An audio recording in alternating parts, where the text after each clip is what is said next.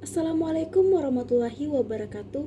Puji syukur kita panjatkan kehadiran Allah Subhanahu wa Ta'ala, karena atas limpah rahmat dan karunia-Nya kita dapat berkumpul dalam keadaan sehat walafiat.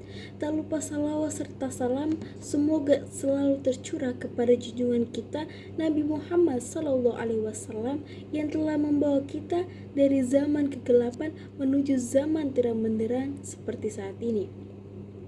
Hadirin yang saya hormati, hari ini saya akan menyampaikan sebuah pidato dengan tema peran pemuda dalam membangun bangsa.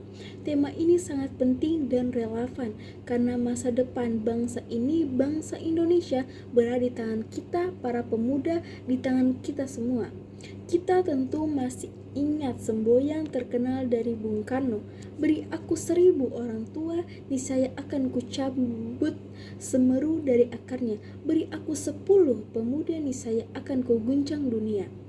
Ini bukan sekedar retoritas, melainkan cermin betapa besar peran dan kekuatan pemuda dalam mengubah sejarah.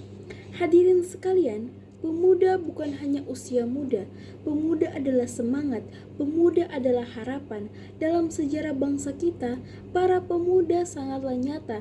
Dari Sumpah Pemuda tahun 1928 yang menyatukan bangsa Indonesia dari berbagai suku, bahasa, dan budaya, hingga reformasi tahun 1998 yang mengubah wajah demokrasi di negara ini, semua digerakkan oleh kekuatan pemuda.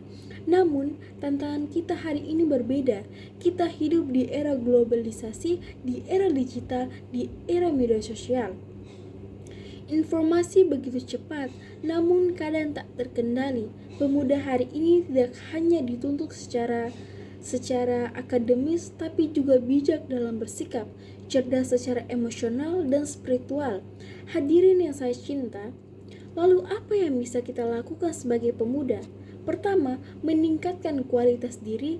Pemuda harus rajin belajar, tidak hanya di bangku sekolah, tapi juga belajar kehidupan, membaca buku, mengikuti organisasi, berdiskusi, dan berpikir kritis. Jangan biarkan waktu muda kita habis hanya untuk rebahan, bermain game, atau scrolling media sosial tanpa arah. Kedua, menjaga akhlak dan moral. Kecerdasan tidak cukup, kita butuh integritas. Pemuda yang santun, jujur, dan bertanggung jawab akan menjadi pemimpin yang amanah di masa depan. Ketiga, berperan aktif dalam masyarakat. Pemuda jangan hanya menjadi penonton, kita harus terlibat dalam kegiatan sosial, menjadi relawan, menyuarakan kebenaran, dan membantu sesama. Disinilah nilai kepemudaan diuji. Yang keempat, mencintai dan membanggakan Indonesia. Banyak pemuda hari ini yang lebih hafal budaya luar ketimbang budaya bangsa sendiri. Padahal Indonesia adalah negara kaya raya budaya, bahasa, suku, dan sumber daya. Tugas kita menjaga dan membangun, bukan mencela dan meremehkan. Hadirin sekalian, mari kita renungkan apa yang telah kita beri untuk negara ini. Sudahkah kita menjadi pemuda yang pantas disebut harapan bangsa? Jangan menunggu nanti untuk berbuat baik. Mari mulai dari sekarang, dari hal kecil, dari diri sendiri. Sebelum saya akhiri, izinkan saya menutup pidato ini dengan sebuah kutipan dari Buya Hamka.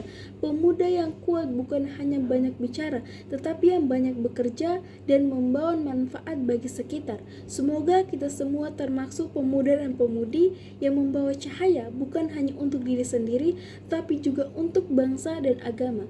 Sekian dari pidato saya, mohon maaf